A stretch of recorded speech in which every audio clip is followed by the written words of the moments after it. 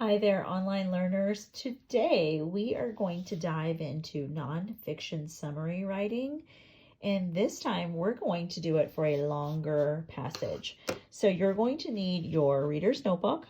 You're going to need review sheet number 13, Big Birds, Big City. This was in your materials bag.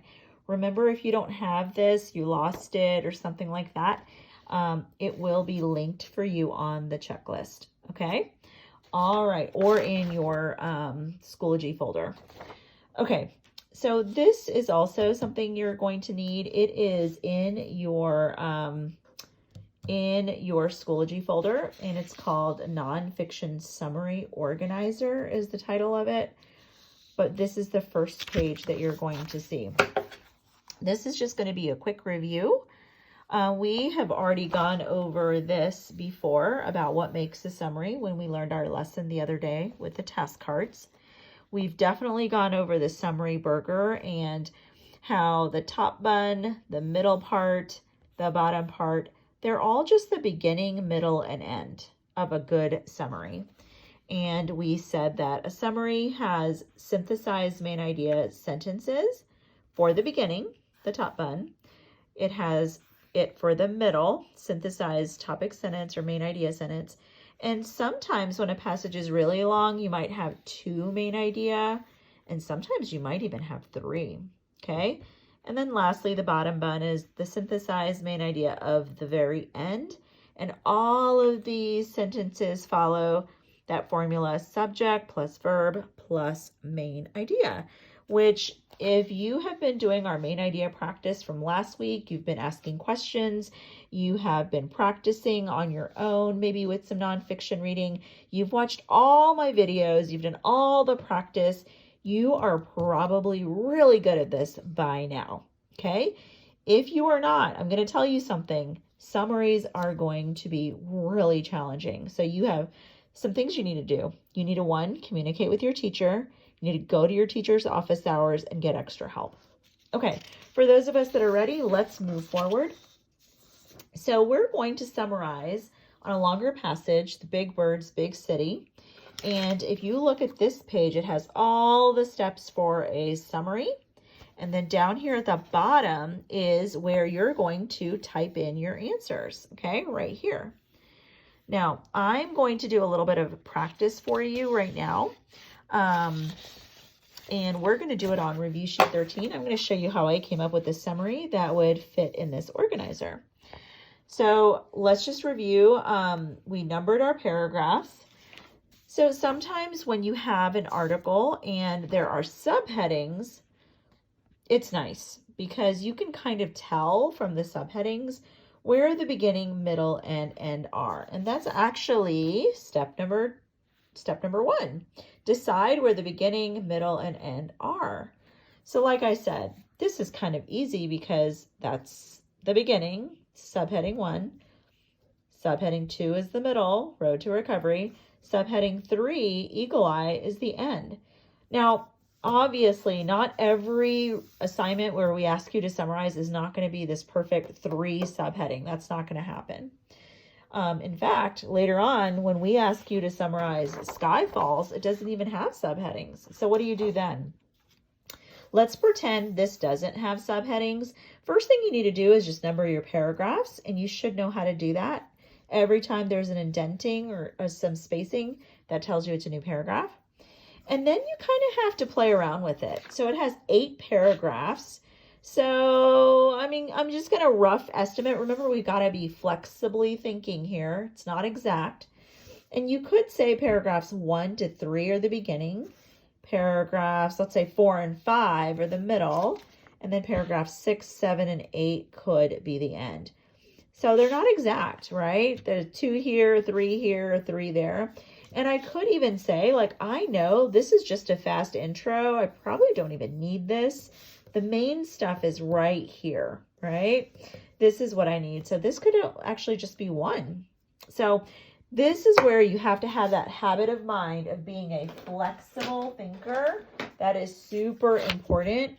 And you have to be persistent. So I'm going to write that down because I want you to write this down on a Post-it note. Flexible thinking, that's definitely something you have to have. Check. And you have to be persistent. Because sometimes when I tell kids that, you know what, it takes a lot of writing, a lot of thinking, a lot of synthesis, a lot of annotating, they want to go hide in a corner because that's hard. It's actually not that hard. It's just long. And so sometimes when things are long, we stop doing it, or we're like, oh my gosh, it's so long, I can't do it. You've got to be persistent. If you did all of the lessons from last week, you already know how to write a topic sentence. So now in a summary, all you're doing, you guys, is just putting it together and maybe adding in a few words, and you're good to go. So here we go. So I want you to take this out. I want you to take out this organizer, or you can even make this organizer, this one right here, inside of your notebook. You could just put B and then tell us the page number and then write this down. So if you don't have this like printed or copied or whatever, don't sweat it. It's not that big a deal. I always tell kids, guess what?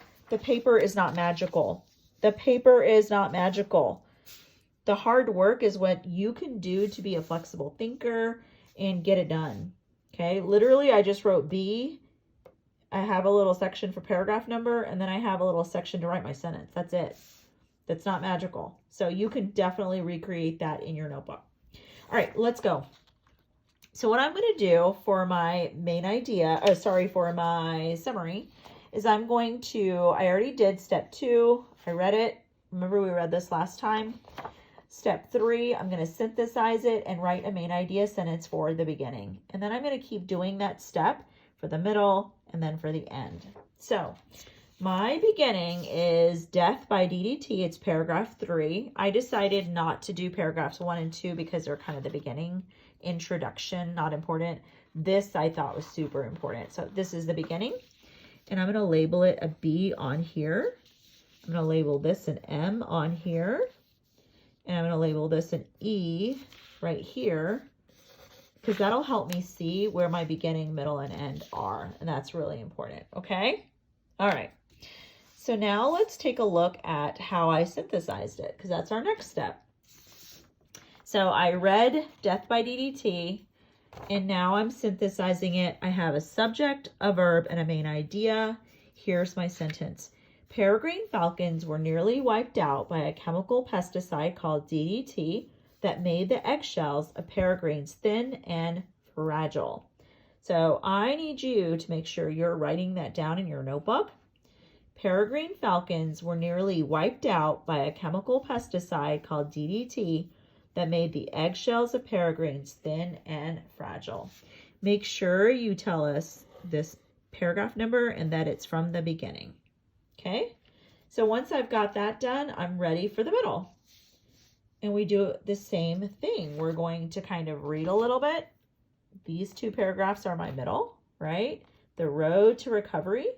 I'm going to read it. I'm going to synthesize it, create my subject, verb, main idea, summary, sentence. Now, I am a high-level reader, not trying to brag, but I can do this in probably 1 sentence. And I think you can too. But if that is really challenging for you, it's okay to have 2 main idea sentences. Like in our burger here, this is a middle and a middle. So if you're like, oh man, I don't have the writing skills to make it 2, then don't sweat it. It's okay if it's 2 middles, okay? Now, each of these is considered a sentence. So that's what sentence 1, sentence 2, and sentence 3, and sentence 4. Now, if you did not do 2 middles, it would be sentence 1, sentence 2, sentence 3. Now, here's the rule though. A summary should have, it could have anywhere from 2 to 5 sentences, should not have more. And I think that the 2 is only for really high level readers who know how to synthesize. That's kind of hard when it's a longer passage. So I would recommend anywhere from the lowest being 3. So that way you have something from the beginning, middle, and end. And then if you really need to stretch it out, up to 5. But it has to go in that order of beginning, middle, and end. So here's what I did for my middle. Okay, Road to Recovery. So it says the United States government banned DDT and passed the Endangered Species Act, which protects animals like the peregrine falcons that now live in Manhattan on high perches, bridges, and skyscrapers. Now, I did use some writing tricks. So if you know some writing tricks like where to put commas and using the word which, okay, because that helps me define what Endangered Species Act. So that's a little trick that I sneak in there sometimes. Remember, this is paragraphs 4 to 5. So I've got 2 paragraphs in one sentence right there. Okay, so that's the middle. Now I want to see if you can do this now for the end. See if you can read this right here. Go ahead and read Eagle Eye. Pause my video, read 6, 7, and 8. See if you can synthesize all of this into one sentence. You can do it. Because Eagle Eye, what is it talking about? Bald eagles, okay? And then synthesize it into a subject, verb, main idea. Go ahead and pause my video to do so. When you unpause, you're going to see me give you the answer. All right, if you are unpausing my video, you are ready for the ending synthesis main idea statement. Notice right here, I did X out right here, the second middle, because I didn't need it. But if you needed it, you would fill that in. All right, check your answer. I've got paragraphs 6, 7, and 8. So I just put 6-8, and here's my sentence. Scientists are helping bald eagles nest and breed in Manhattan so they can make it their home once again. Now, you don't have to have the exact same words, but I think you should have the word scientists, helping, bald eagles, nesting and breeding, and probably where they're doing it in Manhattan. And this part right here is the why, so they can make it their home once again. So if you have some of these major keywords in that order, you've probably synthesized it well. All right. Now, one last thing I want to show you is my final summary. Dun, dun, dun. That is it right there. So what did I do for this final summary? By the way, I am going to make this section optional. This will be a challenge section for those who are interested in just getting that little extra boost in writing practice. But here you go. I took all 3 of these main idea sentences and I just grabbed them. I made them into a paragraph like so. Let me make this a little bit smaller so you can see it. So this is all of my sentences put together. Now, I have 1, 2, 3 sentences, you guys. I was able to summarize everything in 3 sentences and in just 75 words. I took this entire article and made it into 75 words and 3 sentences. Can you do that? Actually, I think I could even synthesize it to fit on this Post-it note. I probably could. If I want to do a super duper mega challenge, I probably could do that. But we're not going to do that right now. Okay, so let me show you a few things I did here. The final step of the summary is going to be this. Step number 5, and I'm going to make this optional, you guys.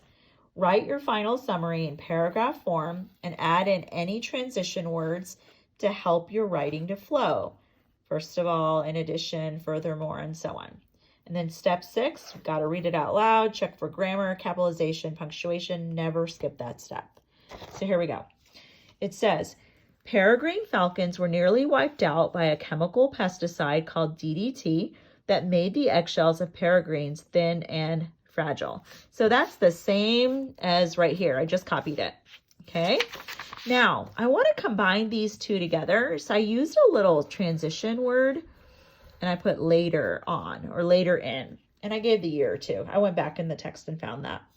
Later in 1972, and if you stick that comma after a transition word, that's a great idea. It says later in 1972, the United States government banned DDT and passed the Endangered Species Act, which protects animals like the peregrine falcons that now live in Manhattan on high perches, bridges, and skyscrapers. So it's everything I already had in my middle. I just moved it down, and I did add in a transition to connect the beginning and the middle. And then my final sentence, my ending, in addition. So I added in this connector word right here to connect my middle and my end. And it's giving more information, so that's why I chose in addition. If I didn't, you could choose finally or in conclusion or something like that. Okay, here we go. In addition, scientists are helping bald eagles nest and breed in Manhattan so they too can make it their home once again, period. That is 75 words, 3 sentences for this entire article. Okay, so your job is just do this for sure. And if you'd like an extra challenge, go for doing this one if you would like. All right, today was just kind of making sure we know how to do it together. And tomorrow we're going to actually have you practice all by yourself. Remember, if you need help, make sure you visit your teacher's office hours or check in with your teacher to let them know. Do not wait till the end when the test happens and then you tell us, because that's going to be really, really hard to give you some help. All right. Good luck, everyone.